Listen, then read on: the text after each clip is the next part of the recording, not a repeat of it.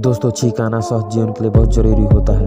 दरअसल जब कोई बाहरी तत्व हमारे शरीर में प्रवेश कर रहा होता है तो हमें छींक आता है। लेकिन क्या होगा अगर हम इसी छींक को रोक दें तो? चलिए जानते हैं। दरअसल दोस्तों, छींक को रोकना काफी मुश्किल होता है क्योंकि छींक की रफ्तार लगभग 160 किलोमीटर का होता है और अगर आप इतने रफ्तार से आती हुई छींक को रोक दें तो आपको दिक्कतों का सामना करना पड़ सकता है। जैसे आपके कान के पर्दे फट सकते हैं, आपकी आंखों से खून आ सकता है, आपके दिमाग की नसें फट सकते हैं और आपके गले में छेद भी हो सकता है। तो कृपया करें, ऐसा करने की कोशिश बिल्कुल भी ना करें।